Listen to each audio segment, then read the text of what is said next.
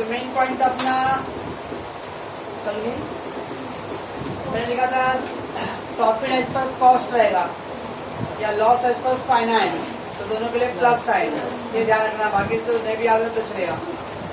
Profit as per cost या loss as per finance, will put the plus sign, और इसका उल्टा क्या आएगा, लॉस एज पर कॉस्ट और profit as per finance, minus sign. चलो मैं क्वेश्चन 1 देखो। During a year of a company, profit have been estimated from the costing system to be rupees 23,069. क्या मतलब हुआ? During a year companies profit have been estimated from costing system.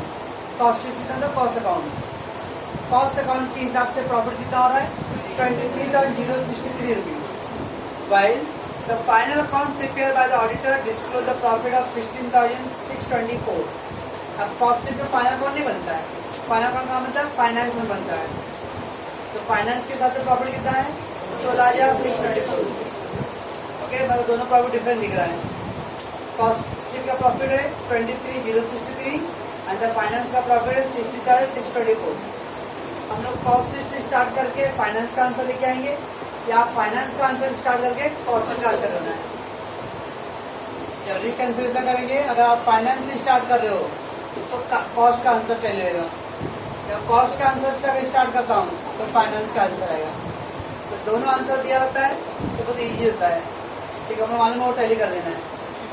कभी कभी ऐसा रहेगा खाली एक ही दिया रहेगा, कॉस्ट का आंसर दिया रहेगा, तो कॉस्ट का आंसर शुरू करके हमको फाइनेंस करना है. लेकिन फाइनेंस का आंसर नहीं है तो अपने को आइडिया नहीं लगा को आंसर अपना राइट है कि रॉन्ग है. लेकिन जब दोनों आंसर दिया था तो मत ईजी अपने क्यों टैली होता है. देखते given the following information you are required to prepare the reconciliation statement showing the clearly the reason of the difference. तो हम लोग को रिकंसिल बनाना है और जो भी डिफरेंसेस है उसका रीजन भी बताना है. देखते कैसे करेंगे हम लोग. पहले क्या दिया है, टू ओपनिंग स्टॉक. अब ये जो दिया हुआ इस तरह का डिटेल, ये टी फॉर्म में दिया ना, अकाउंट दिया हुआ है ना, डेबिट साइड क्रेडिट साइड. ज्यादातर जो अकाउंट दिया था वो फाइनेंस का डिटेल होता है, ये कॉस्ट शीट में अकाउंट नहीं होता है, कॉस्ट शीट में स्टेटमेंट होता है. ठीक है, टी फॉर्म में दिया है, ओपनिंग स्टॉक डेबिट साइड है, सेल्स क्रेडिट साइड है. वो टू बाय नहीं दिया वर्ड, लेकिन देखो by gross profit broke down दिया मिला कहीं पे, ग्रॉस प्रॉफिट कैरी डाउन, ये सब कहाँ पे आता है, कॉस्ट शीट में होता क्या, फाइनेंस में होता है. फाइनेंस में लेजर अकाउंट ड्रॉ करते हो, trading account, profit loss account. Remember ये फाइनेंस है, तब का तो पेंसिल को लिख रख लो, ये फाइनेंस अकाउंट मतलब trading account, profit loss account है वो. ओके,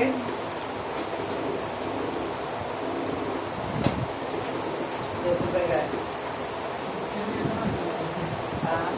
लीजिए ना, हो गया उधर, ये लीजिए ना, इसको डाल दूंगा. चलो, ओपनिंग स्टॉक कितना है, 2,47,179. परचेज दिया है और लेस क्लोजिंग स्टॉक दिया है. ठीक है, तो ओपनिंग परचेज और क्लोजिंग स्टॉक है, और उसका क्रेडिट सेल्स है. फिर डायरेक्ट वेजेस दिया है सर, और 2,54,120 जो दिया उसका तो डेट हेडेज ही दिया सर. वो एक्चुअली वो opening stock plus purchase less closing stock का टोटल का आउटर कॉलम दिया है. We have direct wages, factory over दिया, ग्रॉस प्रॉफिट. नीचे problem administrative selling and net profit बराबर है, और क्रेडिट साइड में सरेंडर इनकम भी दिया है. ओके, अब क्या दिया, कॉस्ट रिकॉर्ड सो जाए फॉलो. अब कॉस्टिंग का डिटेल दिया है. स्टॉक लेकर क्लोजिंग बैलेंस 78,197. देखो कॉस्टिंग में क्लोजिंग स्टॉक कितना है, 78,197 है. ऊपर देखो फाइनेंस में क्लोजिंग स्टॉक कितना है, 75,121. मैंने आपको एक नोट लिख के दिया रहेगा. परचेज सेल्स ओपनिंग क्लोजिंग नहीं दिया रहता तो दोनों में सेम है, purchase sale opening closing. Okay ना.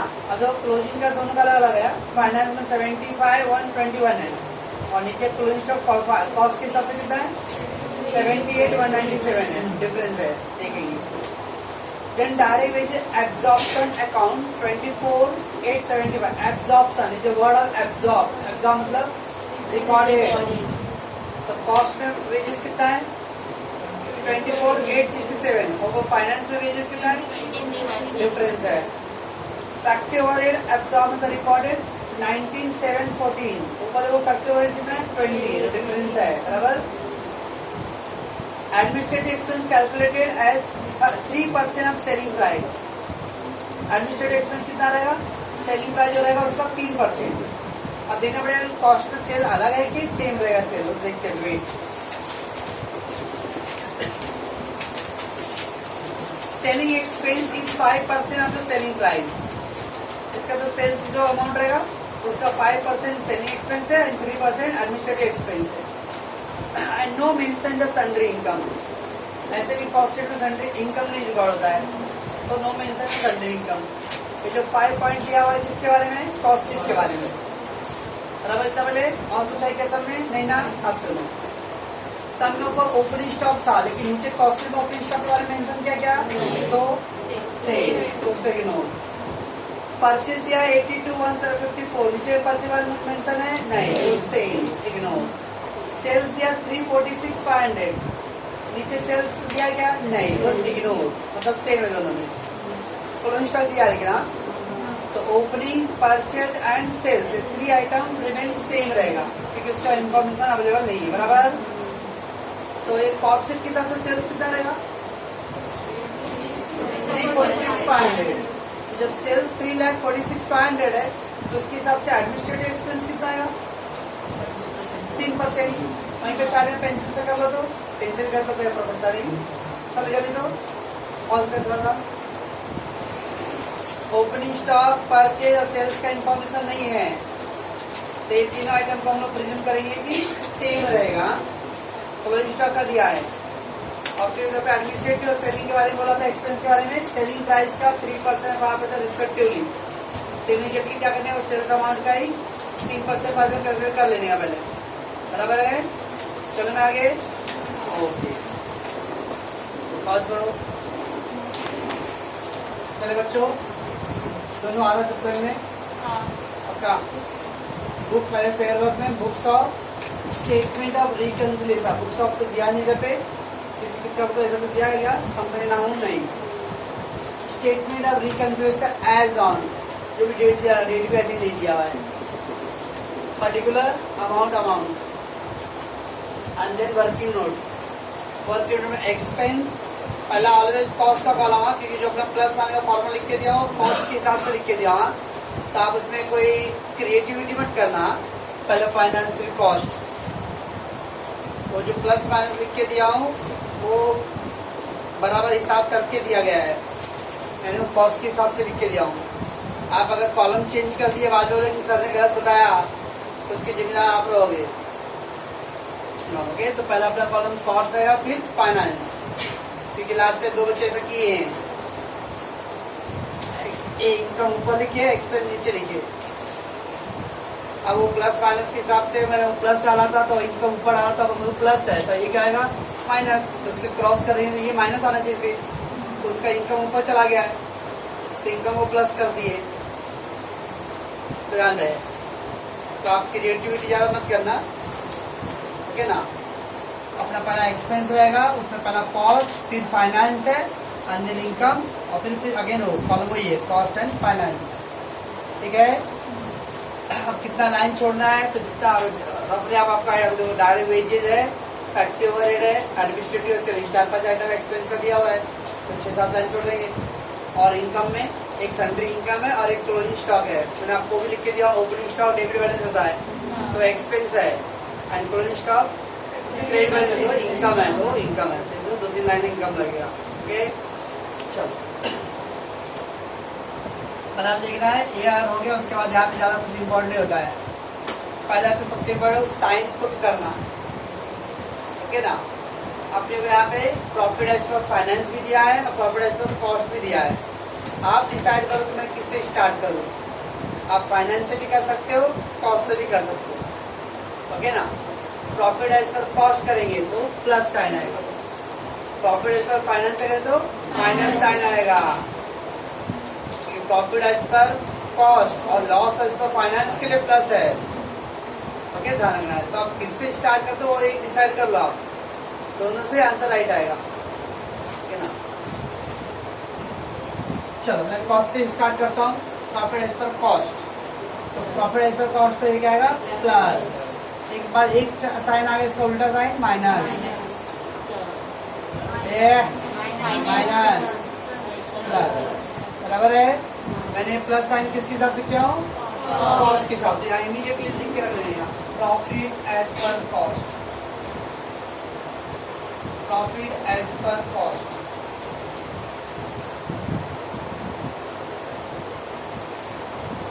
कितना था प्रॉफिट एज पर कॉस्ट? 23,063 बराबर है. अब जो भी साइंस के हिसाब से डालो पहला क्या मान लो मैंने फाइनेंस के हिसाब से किया. Not matter. तो फाइनेंस के हिसाब से प्रॉफिट तो क्या है एंट्री माइनस. डालेंगे यहाँ profit as per finance. Okay मैं कॉस्ट से शुरू कर रहा हूँ, मेरा आंसर फाइनेंस पे होएगा. फाइनेंस पे शुरू करूंगा, मेरा आंसर कॉस्ट पे होएगा. दोनों आंसर दिया तो और टेंशन रहता है कि चॉइस मिल गया तो कंफ्यूज कौन सा करूँ. आप कोई कंफ्यूजन नहीं, उससे भी करो एग्जाम में. एक दिया तो उससे करो, लेकिन जो भी चूज कर रहे हो तो उसके हिसाब से साइन पुट करना आपको. चलिए पहला है ओपनिंग स्टॉक. तो ओपनिंग स्टॉक तो दोनों में सेम उन्होंने अज्यूम कर लिया था, बिल्कुल तो नहीं दिया था राइट. परचेज सेल दे दिया ना. क्लोजिंग स्टॉक डिफरेंट है. क्लोजिंग स्टॉक इनकम एक्सपेंस है. क्लोजिंग स्टॉक इनकम एक्सपेंस है. क्यों?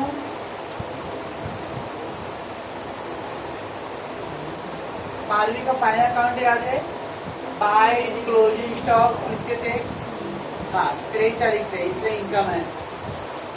तो पहला क्लोजिंग स्टॉक इनकम में लिखूंगा. इनकम ओके ठीक है. इतना अब फाइनेंस में कितना अमाउंट है? 75,121 है. ये फाइनेंस अकाउंट है. तो फाइनेंस के कॉलम में 75,121 ठीक. और नीचे भी देखो नीचे एक कॉस्ट में कितना दिया है? 78,197. तो 78,197 लीजिए पहले दोनों का. अब सुनो यहाँ पे पहले. अब इसका डिफरेंस निकालने का. ओके डिफरेंस निकाल के वो आपके कैलकुलेटर में माइनस आ रहा है प्लस, उसको मत सोचना, खाली अमाउंट बोलना मेरे को. कैलकुलेटर में माइनस आ रहा है प्लस आ रहा है, उससे वो माइनस प्लस लेना नहीं है, खाली अमाउंट प्योरली लेने का कैलकुलेटर वाला. 3076 बराबर है. सुनो अभी अगर मैं यहाँ पे 9 करता हूँ तो करो.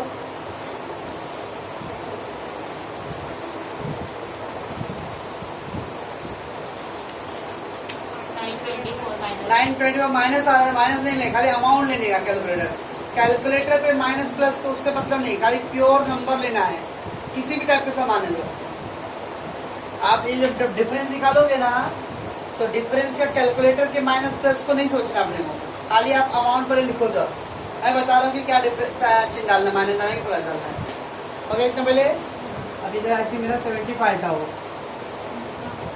मैं फिर से रिपीट कर रहा हूँ, कैलकुलेटर के माइनस का प्लस से मुझे मतलब नहीं है, खाली नंबर लो आप. आफ्टर नंबर लेने के बाद आफ्टर दैट देखने आओ क्या है. जिसकी लाठी उसकी भैंस. तो जो बड़ा नंबर इसमें कौन सा बड़ा नंबर है? 78 ना. तो उसके ऊपर तो कौन सा है? माइनस. यहाँ पे माइनस. वो माइनस लगेगा प्लस लगेगा, इधर से देख के लगाना, वो कैलकुलेटर के माइनस प्लस से नहीं. आप उधर का नंबर लिख दो डिफरेंस. ओके उसके बाद देखो कौन सा नंबर बड़ा है. तो 78 बड़ा था, तो 78 का कौन सा है? माइनस. तो माइनस. अगर मैंने 79 किया होता था तो 79 बड़ा, तो उसका साइन है प्लस, तो प्लस ऐसा. ठीक है. एक और एक तो करते क्या आएगा. ठीक है चलो उसके बाद हो गया क्या? ओपनिंग हो गया, परचेज हो गया, क्लोजिंग. नीचे क्या डायरेक्ट वेजेस दिया है. ठीक है. डायरेक्ट वेजेस फाइनेंस में 23,133 है और नीचे डायरेक्ट वेजेस कितना है? डिफरेंट है. ओके डायरेक्ट वेजेस क्या? Income expense. Expense direct wages. पहला ये कौन सा अकाउंट है? फाइनेंस है. रिमेम्बर 23,133 और इधर कितना है? 24,867. 24,867 बराबर. फाइनेंस का अमाउंट फाइनेंस के कॉलम में, कॉस्ट का कॉलम में. डिफरेंस निकालो. 1734. अब देखो कौन सा नंबर बड़ा है? ये नंबर बड़ा ना, दूसरा साइन पर प्लस है, तो प्लस, ठीक है। Then factory overhead, factory overhead ये एक्सपेंस है। फाइनेंस में 2826 और कॉस्ट में कितना है 19714 11112 जो हो गया। कौन सा नंबर बड़ा है 27 बड़ा है ना, उसका साइन है माइनस, ठीक है। चलो ग्रॉस ऑफ कंसीडर नहीं करता हम लोग, लेकिन और एडमिनिस्ट्रेटिव एक्सपेंस, एडमिनिस्ट्रेटिव एक्सपेंस कितना है फाइनेंस में 9845 बराबर। और कॉस्ट में कितना था 10,395 है ना, कैलकुलेट किया था आपने 515 अमाउंट ये बड़ा है ना प्लस, ओके। उसका सेलिंग एक्सपेंस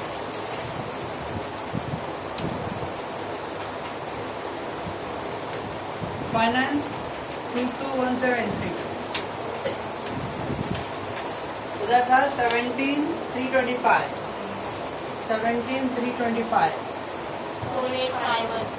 4851 बड़ा नंबर है तो माइनस, ठीक। चलिए हो गया। नेट प्रॉफिट इग्नोर, फिर क्या बच गया सन्ड्री इनकम बच गया, सन्ड्री इनकम है मिला, sundry income. Sundry income finance में है 316 और कॉस्ट में इनकम रिकॉर्ड ही नहीं होता है। ऐसे तो लास्ट पॉइंट क्या है नो मेंशन का सन्ड्री का, अभी तो कॉस्ट आता ही नहीं हो, यहाँ पे डैश है, तो डिफरेंस कितना आएगा 316। कौन सा साइन डालू अब कैलकुलेटर में करूंगा तो 0 माइनस 300 से तो माइनस आएगा, बट ये अमाउंट का बड़ा नंबर है तो प्लस का साइन, ठीक है। बस और कुछ है सेल्स का, सेल्स दोनों में सेम असूल की है बराबर, हो गया इतना। बस इतना होने के बाद इसमें जो जो प्लस आया है उसको ऐड करना है, जो जो माइनस आ रहा है उसको लेस करना है। ये वर्किंग नोट होने के बाद अपनी जो डिफरेंस वाले में प्लस का साइन जो लिखे हो वो सब ऐड कर दो, माइनस का साइन जो आया वो लेस करेंगे। तो आपने बोला था प्लस आया तो जिस साइड आप उधर स्टार्ट कुछ ऐसा बोलेंगे, वो मेमोरेंडम में बोला था मैंने, मेमोरेंडम अकाउंट ड्रॉ करने बोले तो ऐसा बोला। यहाँ भी हम लोग खाली स्टेटमेंट ड्रॉ कर रहे। चलो प्रॉफिट एज पर कॉस्ट, अगर हमको ऐड,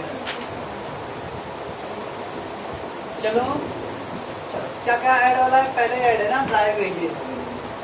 अब लोग कैसे लिखेंगे डायरेक्ट वेजेस, कॉस्ट में 24,000 है, उधर 23,000 है, किसमें ज्यादा रिकॉर्ड हुआ है कॉस्ट में, तो आप लिख सकते हो direct wages over absorb in cost. Absorb लिख के दिया वर्ड, स्टॉक के लिए वैल्यूएशन, डेप्रिसिएशन के लिए चार्ज, बाकी सब एक्सपेंस के लिए एब्जॉर्ब और सेल्स के लिए रिकॉर्डेड, ऐसा लिखा ना कुछ लिखा। तो डायरेक्ट वेजेस कॉस्ट में ज्यादा है तो आप लिख सकते हो direct wages over absorb in cost. कुछ बोलेंगे सर फाइनेंस में कम लिखा है तो लिख सकते हो आप direct wages under absorb in finance. Cost में कोई ज्यादा लिखे या फाइनेंस में कम लिखे, ये तो आप अपने वर्डिंग यूज कर सकते हो। तो पहला है डायरेक्ट वेजेस ओवर एब्जॉर्ब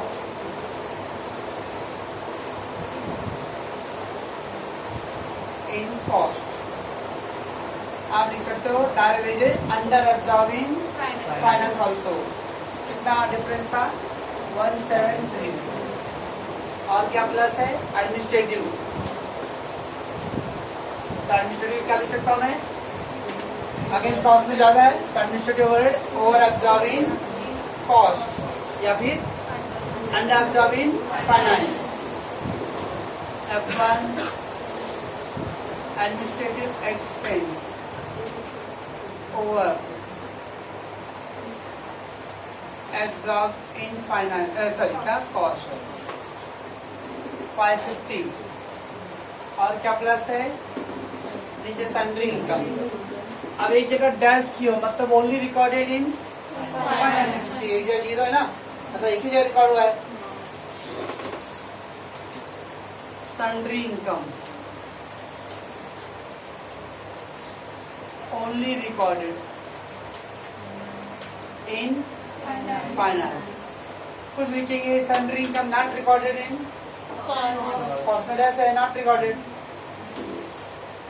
तो 316 बस कितने डिवाइड कर लो 2600 एग्जैक्ट 63,625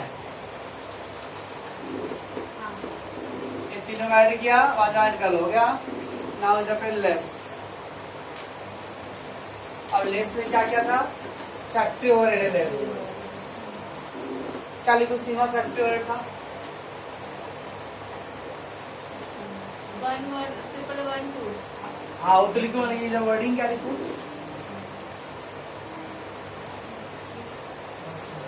तू क्या बोल रहा है, वो क्या अंडर कॉस्ट, हाँ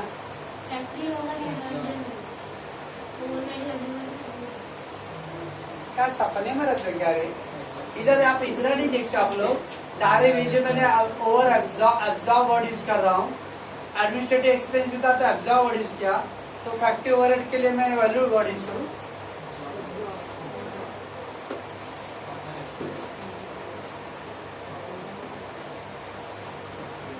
जब पन्ने ही नहीं टर्न करो तो क्या आएगा, मत टर्न करो, पास हो जाएंगे, पीडीएफ देंगे ना। फैक्ट्री ओवरहेड क्या है, अंडर एब्जॉर्ब,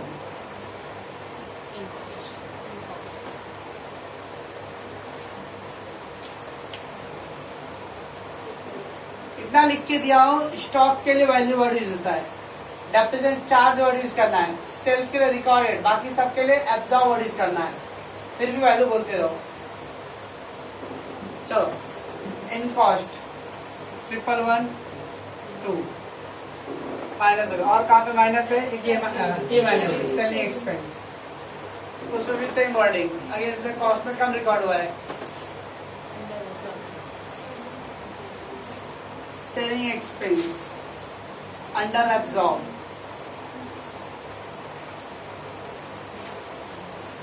इन कॉस्ट, और you can have the over absorb in finance 4851।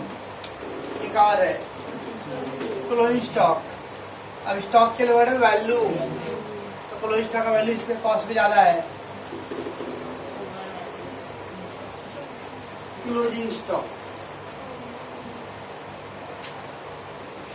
Over valued in cost कितना है 3076 बस, और इसको ऐड करो सब 9039, अब उसमें प्लेस कर दो 166 पक्का। देखो कॉस्ट का प्रॉफिट तो दिया रहेगा ऊपर, 69,624, तो फाइनेंस सॉरी कॉस्ट से स्टार्ट किए थे, फाइनेंस का आंसर आया। तो ध्यान रखेंगे हम लोग, प्रॉफिट एज पर ऊपर कॉस्ट से स्टार्ट किया, तब ये फाइनेंस का रहेगा, प्रॉफिट एज पर फाइनेंस। अब सुनो, और अभी मैं इस समय बता रहा हूँ आपको, जरूरी नहीं कि वो आगे के समय आएगा कि नहीं आएगा। बाई चांस आपने प्रॉफिट एज पर कॉस्ट से स्टार्ट किया और ये आंसर जब माइनस में आ गया, ये आंसर माइनस में आ गया, इसका मतलब फिर ये लॉस है। आंसर माइनस में आता है, लिखेंगे लॉस एज पर फाइनेंस। ऊपर आपने प्रॉफिट स्टार्ट से किया और प्लस में आते प्रॉफिट रहेगा, लेकिन अगर आंसर बाई चांस पेपर में वाला जो है उसमें माइनस आ गया, तो इसका तो माइनस क्या शो कर रहा है, वो लॉस वर्ड शो कर रहा है, तो वर्ड यूज करेंगे हम लोग loss as per finance. Finance से स्टार्ट किए ऊपर प्लस से, ओके ना, प्रॉफिट से, और नीचे माइनस आ रहा तो फिर लॉस, या ऊपर आपने लॉस से स्टार्ट किया, ऊपर लॉस से स्टार्ट किया और प्लस में आंसर है, तो नीचे भी क्या आएगा, लॉस में रहेगा। लेकिन ऊपर लॉस से स्टार्ट किया और नीचे माइनस आ गया,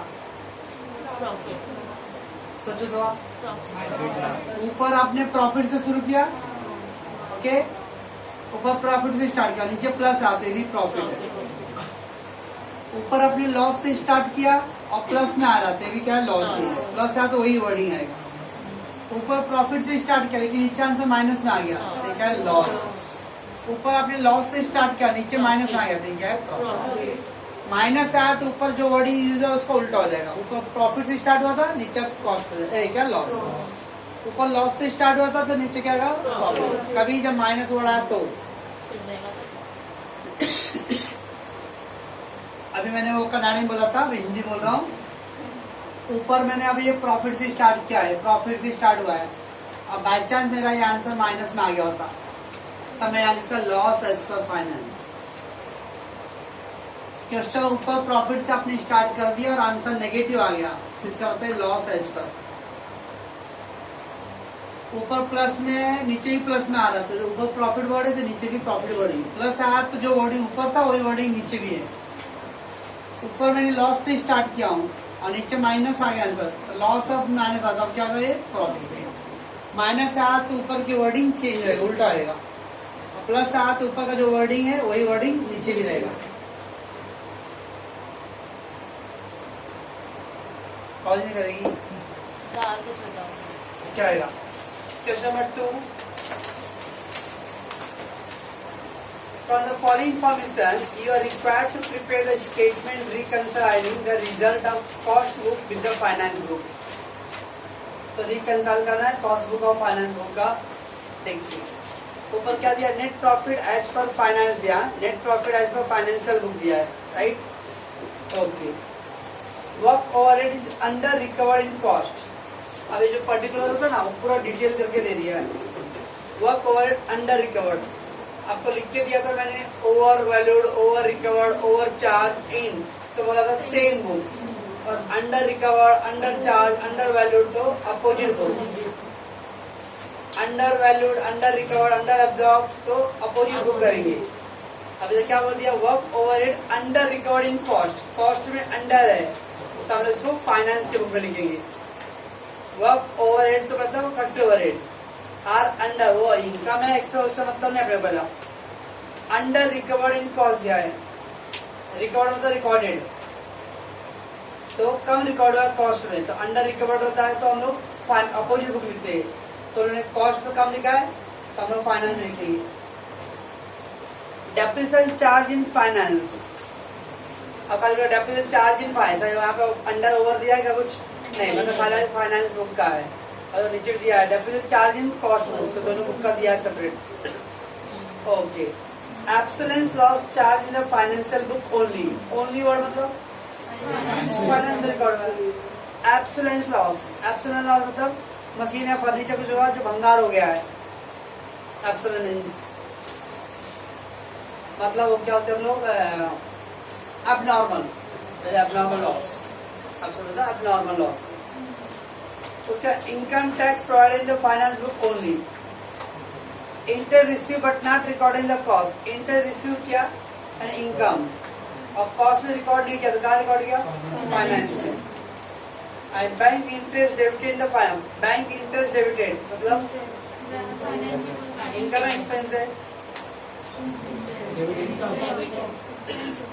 एक्सपेंस है, इंटरेस्ट डेबिटेड है तो इंटर डेबिटेड होता है expense in the finance book. बस अपन ने बताओ नेट प्रॉफिट दोनों बुक का है कि एक ही बुक का है, एक ही बुक का है। तो अब आपके पास यहाँ पे फ्लक्चुएशन नहीं कि कौन सा करना है, अब एक ही ऑप्शन है, एक ही करना है।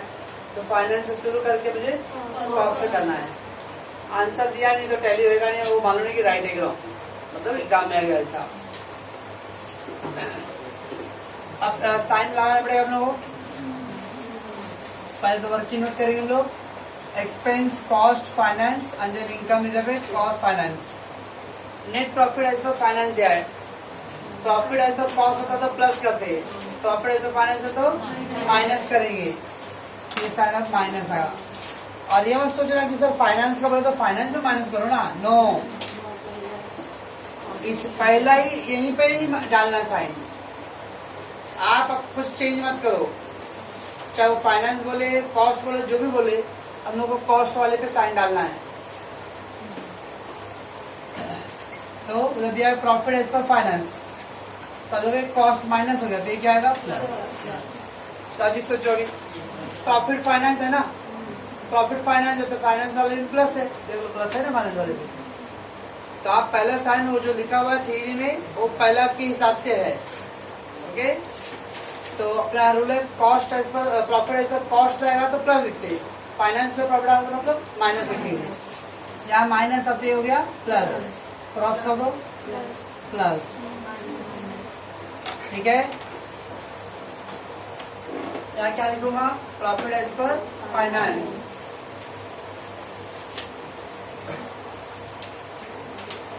कितना अमाउंट है 51,052। चलो, work overhead, work overhead income expense है,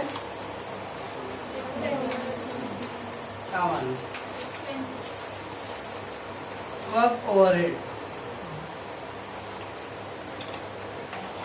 under recovered in the cost, under recovered तो अपोजिट बुक, कॉस्ट में उन्होंने रिकॉर्ड किया, हम लोग फाइनेंस में लिखेंगे 1001। अब इधर डैश 0 और 1 था, क्या डिफरेंस है 1001, कौन सा साइन डालू, प्लस का साइन। डेप्रिसिएशन तो दोनों बुक का दिया अलग से, डेप्रिसिएशन इनकम एक्सपेंस है,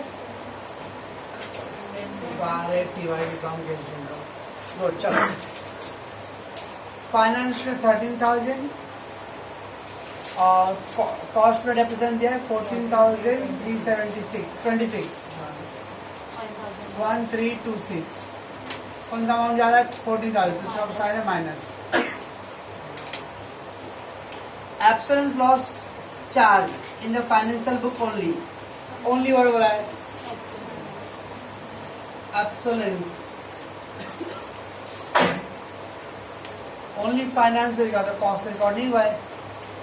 कितना है 2021 2021, कौन सा साइन है plus. Income tax only provided, income tax expense होता है, income tax only provided in finance बोला है 2626 प्लस। इंटरेस्ट रिसीव्ड, रिसीव्ड मतलब इनकम, इंटरेस्ट रिसीव्ड, देखिए क्या दिया, not record in the cost, तो क्या आया था भाई, not record cost, final record हो रहेगा 3031 और अमाउंट का minus. Bank interest debited, debited मतलब एक्सपेंस, तो bank interest debited, debited sorry तो डेबिटेड जल्द नहीं, वो एक्सपेंस हो गया। ओके, कहाँ रिकॉर्ड हुआ, फाइनेंस में 292। ओके, अब जितनी प्लस है सब ऐड करना पड़ेगा फिर। चलो, क्या क्या प्लस वाला, पहला वर्क ओवरहेड का आपको पूरा पर्टिकुलर लिख के दे दिया है, वही छाप दो।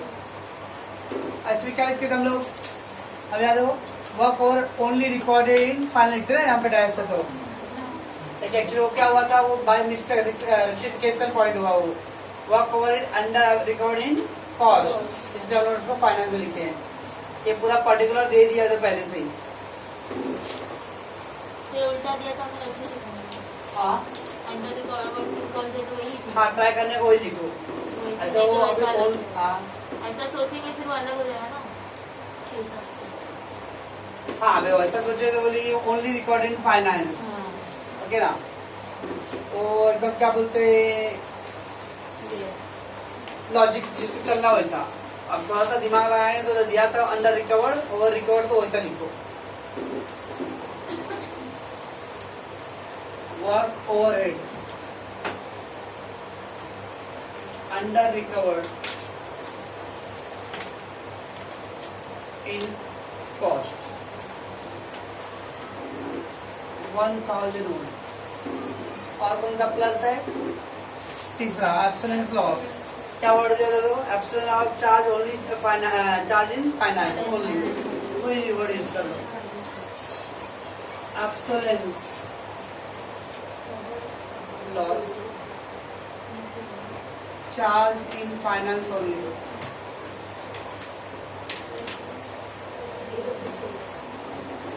इधर है 2021। फिर क्या income tax provided in the finance book only. और देखो वो भी प्लस है क्या? हाँ, इनकम टैक्स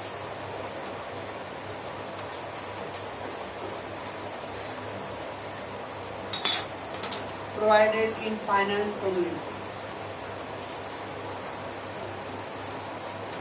2626। और क्या प्लस है? 292। क्या वर्ड है उसका? Bank interest debited in finance book only, दिया है वर्डिंग सब। बैंक इंटरेस्ट डेबिटेड इन फाइनेंस ओनली 292। और बैंक प्लस है ना, बस 5940 ऐड कर लो 92965 लेस में क्या क्या था? डेप्रिसिएशन था। अब डेप्रिसिएशन दोनों बुक में रिकॉर्ड है। ओके, जब दोनों में रिकॉर्ड है तो क्या करेंगे? ओवर चार्ज, डेप्रिसिएशन के लिए charge, over charge in cost या फिर under charge in finance. Depreciation over charge in cost 1326। और क्या है? इंटरेस्ट है। क्या इंटरेस्ट का? Only record in finance. दिया है कुछ? Yes, not record in the cost. Interest received, not recorded in cost.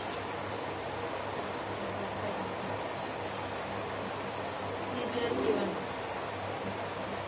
4357 4357 52635 52635। अब तो कॉन्सेप्ट प्लस में आया। होने वाला है, चालू है, कितना है? 58 होने वाला है। पहला प्लस है ना ये, ऊपर क्या? प्रॉफिट एज पर फाइनेंस आते क्या? Profit profit as per cost cost.